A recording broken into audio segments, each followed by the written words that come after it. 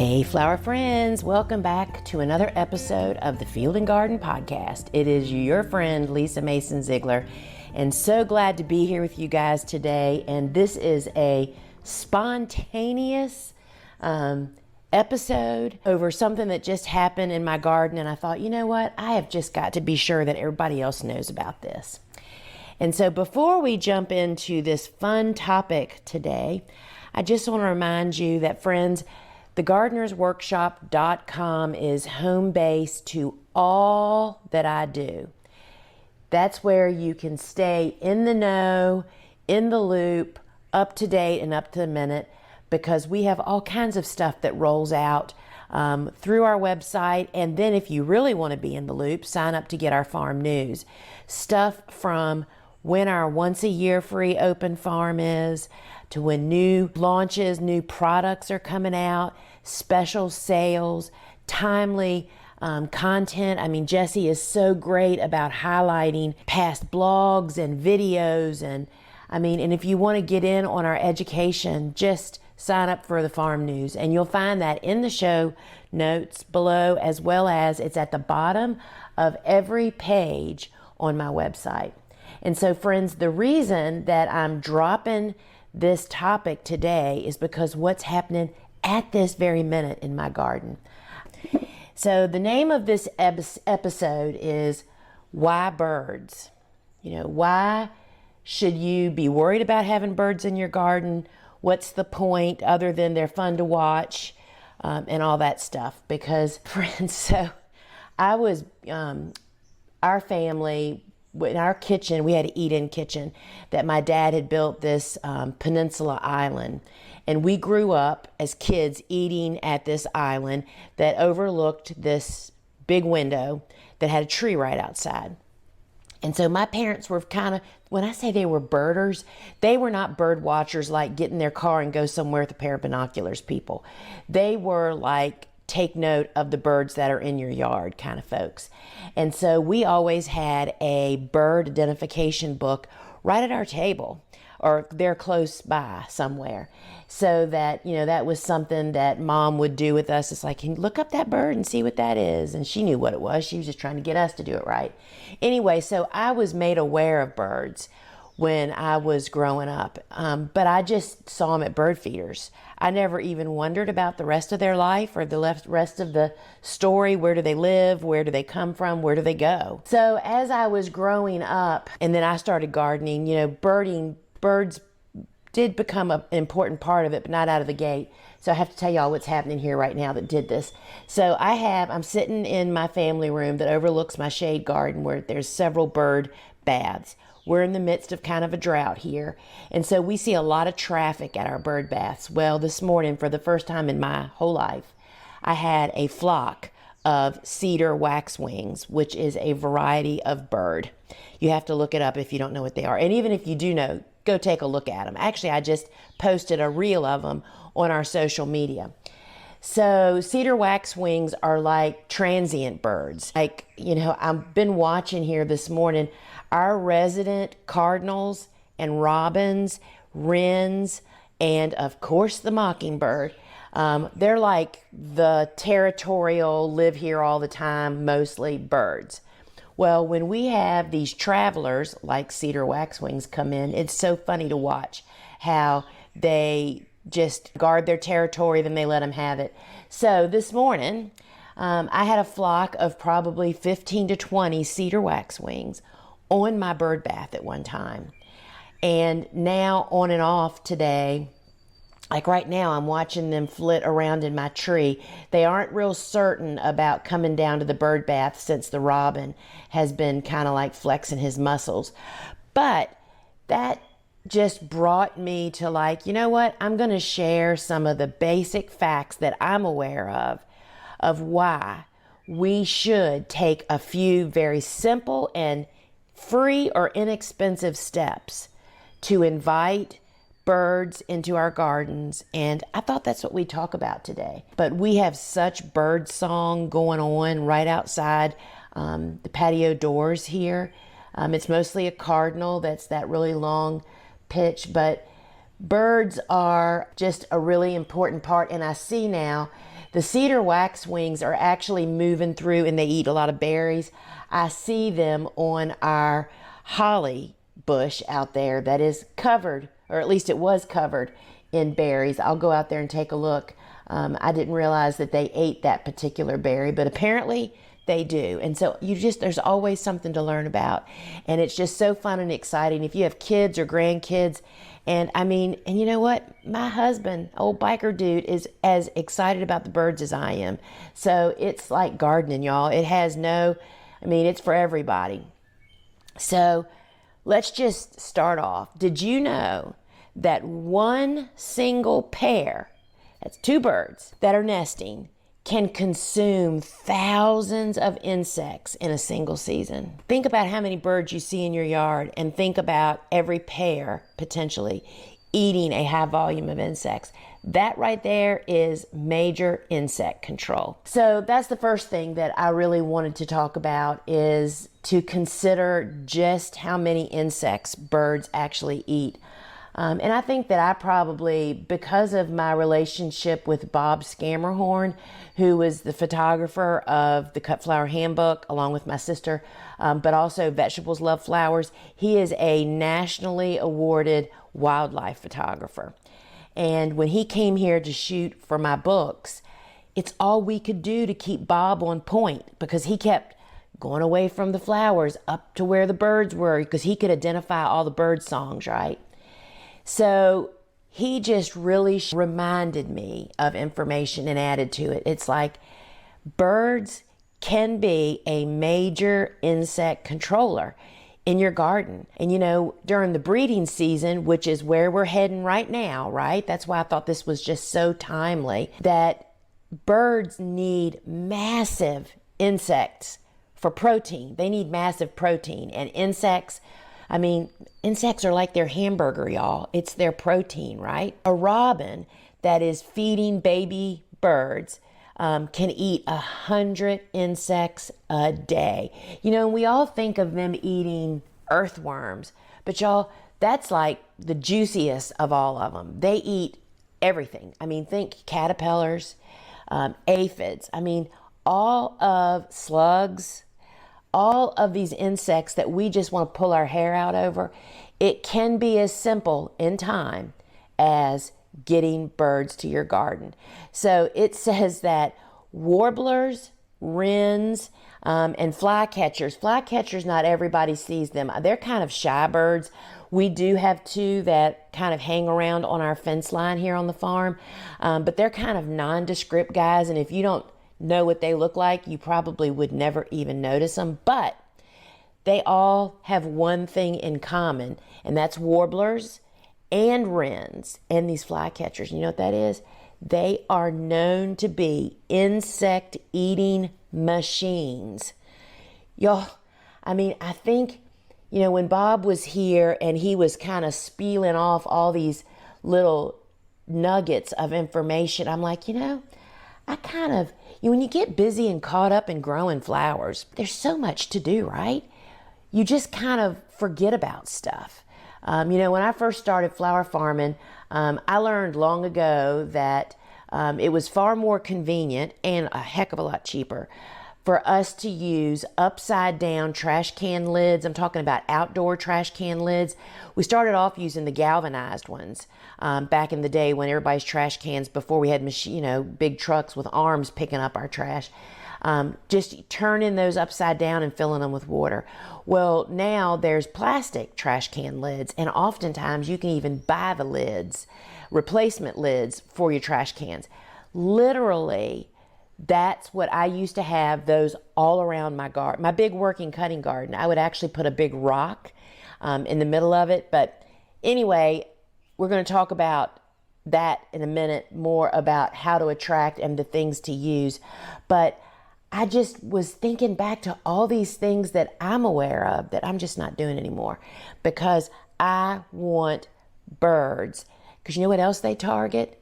Birds eat aphids, caterpillars, beetles, mosquitoes, flies. They eat all the stuff that annoys the heck out of us, right? What would I rather do? Have a natural pest control team, right? Or do I want to use some product? And friends, organic products also kill good stuff. Anything that kills anything has the potential to kill beneficials. Beneficials is anything that is good for your garden. So pesticides for us have never really been an option, but you don't need to. And don't think that you're going to attract birds in a week and then have them doing your total pest control in 2 weeks. As I often say, when somebody's trying to restore the natural order of their garden by going off pesticides, and you have, your garden you just feel like is overrun with bugs, pests, really just messing with you. It takes 2 years to restore the natural order of our garden. And part of that is bringing in these predator birds, right? And it's like a ripple effect. Healthier plants because of this pest control is just going to mean your garden's going to be so much healthier. And so why does bringing in birds matter for gardeners, and specifically even more so for farmers? It literally reduces the overall chemical use. I think once people start noticing and seeing the birds and taking note and being aware of what they're actually doing, I know for some people, I'm actually amazed sometimes at the number of people that don't know the identity of basic birds in their area. Like here, I'm in southeastern Virginia.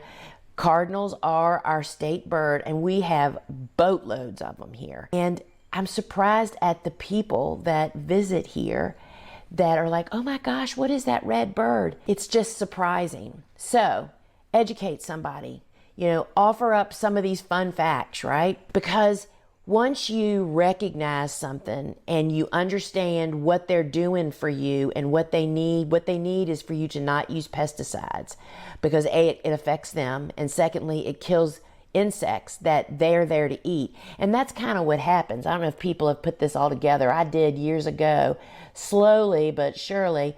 It's like when we take care of the pests ourselves, everything else in the food chain that used to feed on that in some way, then they go somewhere else looking for food. That's how we lose the presence of specific songbirds in our gardens, is by eliminating potentially the pests that they were actually eating. So why else does this matter? It just helps you to be more sustainable. I think it's a lot more sustainable to think that you could fill up a bird bath 3 times a week instead of spraying your garden however often you would do that, right? And birds also do some pollinating. We know the hummingbirds do a lot of pollinating, and there are species of birds, and they spread seeds, good and bad ones, but that is part of what this whole life cycle is. And they're just part of creating a living, balanced system. And they're kind of top of the food chain. There are definitely creatures that are predators of them. We have hawks and owls and snakes and all those things. But I think birds, one-on-one, birds have the biggest presence, right? And so I want us to look at the 3 key things that you can do to attract birds to your garden. And a couple of them actually will cost you virtually nothing. And the number 1 for that is water. I have learned, we used to be big bird feeders. Well, my parents did it, right? Well, 2 things happened. A, our neighborhood got inundated with rats when the big horse barn was torn down about 10 years ago. And that is definitely an attractor for rodents. And the squirrels are just pretty vicious about it. So I stopped feeding. And then a little before that, I had learned that having water present in your garden really attracts more birds than a food does, and it attracts those birds that you would never see at a feeder. For instance, these cedar waxwings that I saw today. I'm not sure that they visit feeders at all. So they would have never been down in my garden for me to get that video today without having water present. I know that's how I actually attracted eastern bluebirds to my garden, was through water. And so As I was mentioning earlier, you do not have to have fancy bird baths. It can be as simple as some kind of upside down lid, whether that's a trash can lid or a large saucer from a big pot you may have not have anymore or something. And I find that having water at different levels, I love using the upside down trash can lids on ground level. I actually, years ago, this is before we had phones in our pocket, y'all. I can still remember out back where there was a trash can lid with really dirty old water in it, and I came up and there were 2 box turtles drinking from it. There are folks at all levels that need water. So here in my garden, I try to have ground level water for thinking of those things that are ground dwellers. And then we have a couple of other different height bird baths. The birds will come wherever you have it, but you just get more diversity when you offer potentially different heights. Having moving water like a dripper or some type of fountain really attracts birds. We do have a bubbler. And in fact, I have had it for like 20 years and that thing still works. And there are certain birds, who comes to that and they love to swim around in it is the robins, the big water, lovers. So having water at different levels and in different ways just kind of brings different birds, right? And so for us, I know that when it's hot outside, mosquito larvae, can actually happen. I think it's 36 hours. So as a general rule, once we heat up, today's the first really warm day, it'll be 90 degrees, that we try to jet out our bird baths every day. And in fact, that used to be Steve's come home from work, relax job. He would get out of his truck, come to the back porch, put his lunchbox down and go fill up all the bird baths, wash them out, just squirt them out and refill them. And you can also use, those mosquito bits that we use for fungus gnats, that's what they were initially labeled for. They're safe to float in water and to kill mosquito larvae.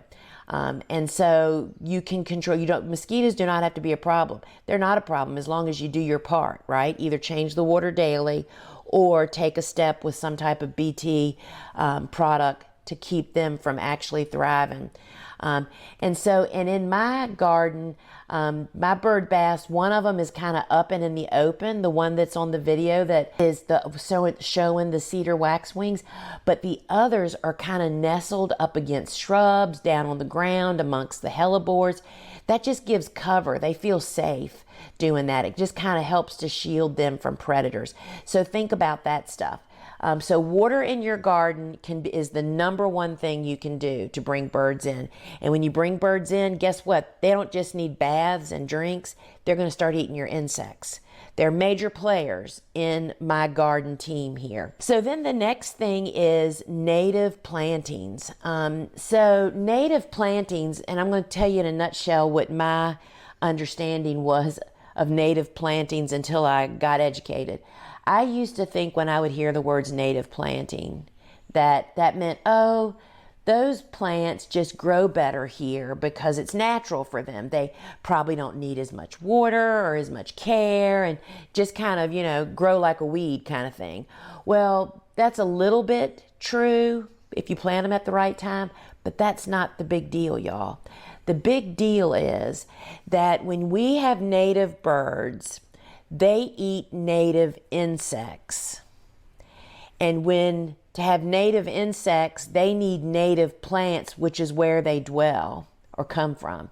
It's like this amazing chain of events that just explains why we're in such a pickle that we're in today over certain birds just not being present at certain places. So for specific species of birds that eat very specific insects, if that native plant is not present, you're not going to have those birds anymore. And so in fact what happens is we have begun to, oh, they're all back, y'all. There is a whole flock of cedar waxwings. Oh my gosh, there must be 20 out there. What has happened is as the global industry happened, which means we now have plants from all over the world, Japanese this or Chinese that or whatever a plant name is, that we want to plant in our gardens, and we plant them. I mean, did you know that crepe myrtles are not native to the United States, or at least not here to the Southeast? And they don't really support anything but providing a branch for somebody to land on. And I don't know if there's any insects that actually pollinate from their blooms, but they really don't support any native creatures. Versus an oak tree, one oak tree supports almost 500 different species of native creatures, from microscopic right on up to big ones. And so what does that mean? It means that an oak tree is the most beneficial tree that you can plant.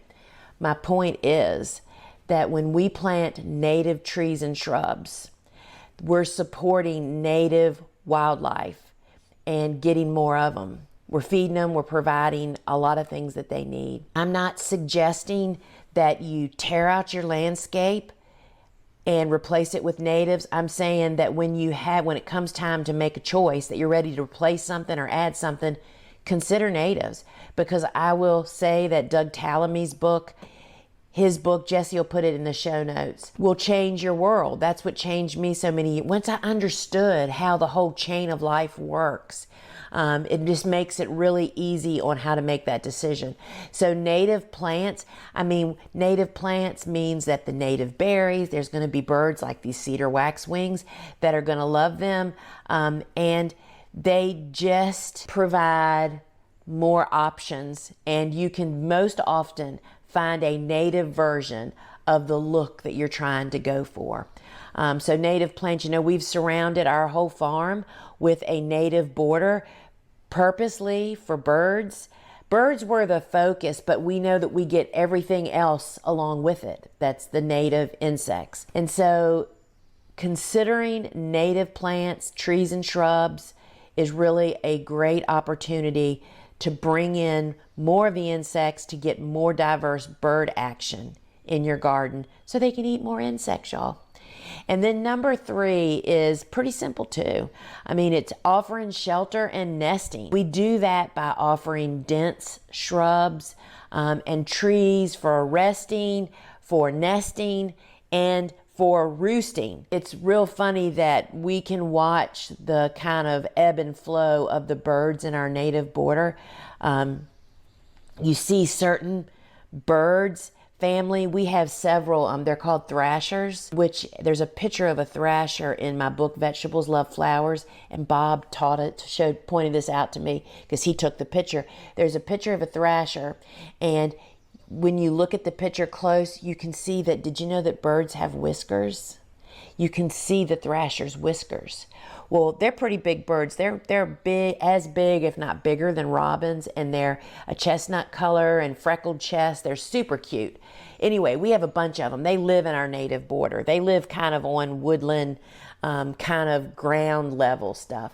We love watching them nest and just have their babies out there. And you just have to provide dense foliage and shelter, whether it's trees or shrubs, for these guys to feel like it's safe to build a nest and have their babies and raise them. And we also make a real point if you are here ever on an open farm, if you look in our border, when Andrew tidies it up mostly to keep it from growing into our neighbor's yard or to sticking out into our pathways where it'll grab people as they walk by. Most often, we don't cart that cuttings off, those prunings off. He literally just kind of pushes it into the border. Sometimes they'll be piled on the ground level. Sometimes they're just pushed in because they need dead branches and leaf litter and all kinds of things to build nests in places, and again, to rest and hide from predators. And this is certainly what some people like to do. I no longer do it. Because of the heartbreak that's related to it, is nesting boxes. So we did provide for the eastern bluebirds, which there was a real big movement here in southeastern Virginia about 20 years ago because they disappeared, to bring them back. And so our big Newport News Park, which is one of the largest parks, I think, in the country, which is just right up the road from me, they have huge trails, and there was a group of Eastern Bluebird Society that actually put up boxes, and then they maintained them every week. And the demise of the eastern bluebird was from predators, and the main predator is, unfortunately, English sparrows. They are not native. They are so aggressive. They have killed so many bluebirds on my property. I mean, it just makes you not like them at all. And so what happens is you put up a bluebird box, and the bluebirds start building, and the sparrows allow them to build, and they let them lay eggs, and then because they can't really handle an egg, they wait till the babies are hatched, and they will go in and pull them out and drop them on the ground, where of course they die. And they literally will go in, if the mama's in there, and they kill them. I mean, I've had this happen on my farm, and it's just so disheartening. However, you have to have tough love. So then the English sparrows start building their own nests in there. And so how did they restore the eastern bluebird here through Newport News Park? What happens is they did not extinguish any birds. They didn't kill anything. It's just every week that people were assigned, they would check every nest once a week. And when you open the door to look, you can tell immediately if the nest that's being built, no eggs in it, is actually a bluebird nest, which is very neat and tidy, or is it an English sparrow, which has got trash in it. It's very loose and messy. I mean, it's like night and day difference. And if it's a English sparrow, they just pull it out. And that just means that the sparrow never gets to lay eggs there. And that's what caused the demise of the eastern bluebird, is these non-native, brought over here, English sparrows decimated the population by doing this nest raiding. And so that kind of stuff goes on, and you have to be prepared for that. So we've decided for us, nesting boxes, which Steve builds nesting boxes, I mean, it's really hard because to not put them up, but after several heartbreaks, we've just decided that we provide water for them. I mean, the bluebirds are at our baths every single day, and that's enough for us. So you can consider nesting boxes. I just want to say it takes toughening up to actually maintain and function and to use the proper type of nesting boxes, which is a whole nother discussion. The right size hole. Almost all of these decorative bird houses that you see for sale literally are death traps for birds. They just invite predators to come in, and then how they're installed. So my recommendation to get as many birds as possible into your yard is to start with water, providing water in different ways. And then as you are adding to or updating your landscape, consider selecting a native. And then once you start looking and reading like what shrubs are best for which birds, you'll notice if you ever come here that we have a lot of southern wax myrtles. Those aren't crepe myrtles. These are southern wax myrtles.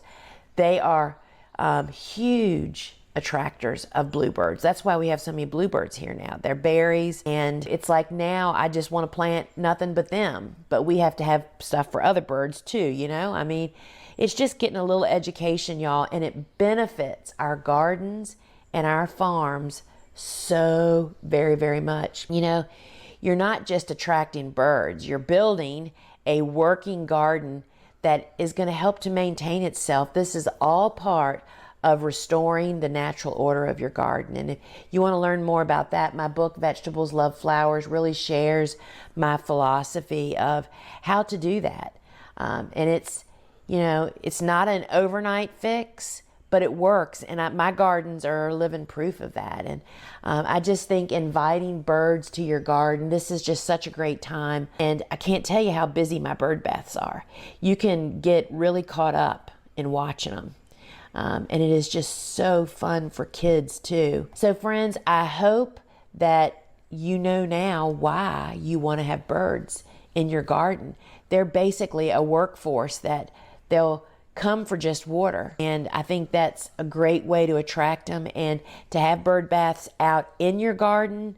I mean, we have provided water in so many different places, and we just find that you see different stuff in different spots. It's just a lot of fun. So my friends, hope to see you over at thegardenersworkshop.com. And until we meet again, my friends, ciao.